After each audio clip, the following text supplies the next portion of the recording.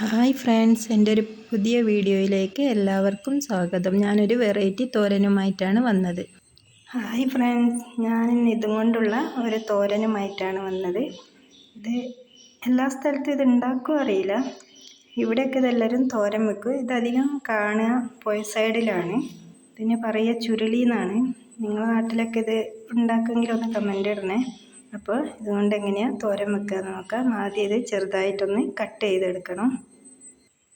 നല്ല അടിപൊളി ടേസ്റ്റാണ് കേട്ടോ ഇത് ഉണ്ടാക്കിയാൽ. ചെറുതായി കട്ട് ചെയ്തെടുത്തിട്ടുണ്ട്. നമുക്ക് ഒരു ചട്ടി അടുപ്പത്ത് വെച്ച് പാകത്തിന് വെളിച്ചെണ്ണ ഒഴിച്ച് കൊടുക്കുക. അതിലേക്ക് വെളുത്തുള്ളി ചതച്ചത് ഇട്ട് കൊടുക്കുക. നമ്മൾ ചീരത്തോരൻ വെക്കുമ്പോൾ തന്നെയാണ് ഇത് ഉണ്ടാക്കേണ്ടത്.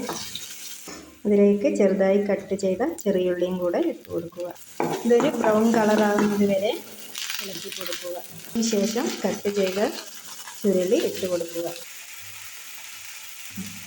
പാകത്തിന് എരിവിനാവശ്യമായ പച്ചമുളകും കൂടെ ചേർത്ത് കൊടുക്കുക. നന്നായിട്ട് ഇളക്കി കൊടുക്കുക.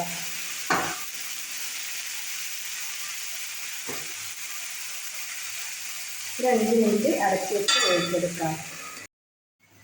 ചിരവി വെച്ച 1 കപ്പ് തേങ്ങ ചിരവിയതുണ്ട്, അതും കൂടെ ഇട്ട് കൊടുക്കുക.